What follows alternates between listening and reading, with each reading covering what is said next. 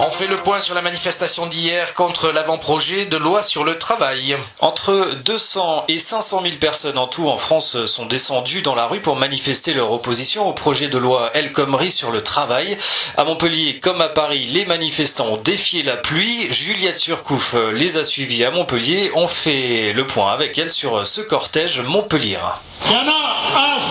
Le départ de la manifestation pour demander le retrait de la loi El Khomri était donné à la gare hier à 11h pour soutenir les cheminots dans leur grève. Certains attendaient midi, place de la préfecture, pour rejoindre le cortège. Ils étaient 4500 selon la CGT et 2800 selon les forces de l'ordre à battre le pavé contre ce projet de loi.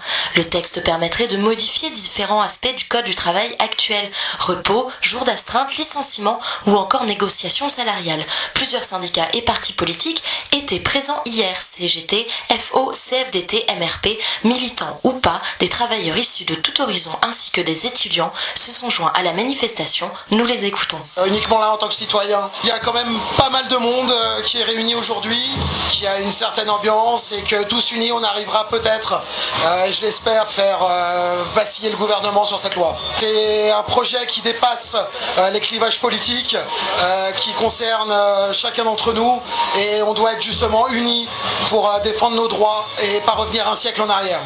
Alors aujourd'hui c'est plusieurs entreprises qui sont présentes. Il y a beaucoup d'entreprises du privé, Cola Construction, Schneider, Honnête, Carrefour, là, les postiers, ça fait 2 semaines qu'ils sont en grève. Voilà, c'est une manifestation interprofessionnelle parce que la loi Khomri, la loi travail, elle fait l'unanimité chez le MEDEF et chez les marchands d'esclaves.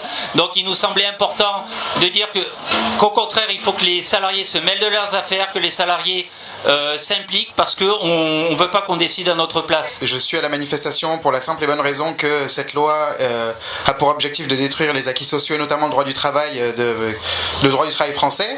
Et je viens aussi porter un message dans le cadre de mon parti qui est l'Union Populaire Républicaine, qui est le seul mouvement en France à proposer la sortie de l'Union Européenne, de l'euro et de l'OTAN, parce que nous considérons que cette loi de travail est la conséquence directe des grandes orientations de politique économique qui sont adressées chaque année au gouvernement par la Commission européenne. Alors moi je suis enseignante à la fac de droit à Montpellier, c'est pour ça que je suis là aussi, et c'est vrai qu'il y a une précarisation, si vous voulez, du contrat de travail, même si on veut généraliser le contrat à durée indéterminée, qui fait que, même pour mes étudiants, puisque j'enseigne en 4e, 3e et 5e année, je suis là aussi pour eux. On ne va pas rentrer dans les détails du projet de loi, mais je pense qu'il faut vraiment réagir. Parce que les gens qui ne lisent pas, qui n'ont pas lu l'avant-projet, et qui n'ont pas la technique de la lecture juste, c'est-à-dire juridique, c'est pas qu'un combat politique, c'est-à-dire qu'il y a des enjeux derrière, au niveau technique, qui sont importants. Les Montpelliérains n'étaient pas les seuls à manifester puisqu'on compte entre 280 000 et 500 000 personnes à avoir participé à cette journée de grève dans toute la France. Différents syndicats, étudiants ou non, appellent à de nouvelles actions le 17 et 31 mars au niveau national.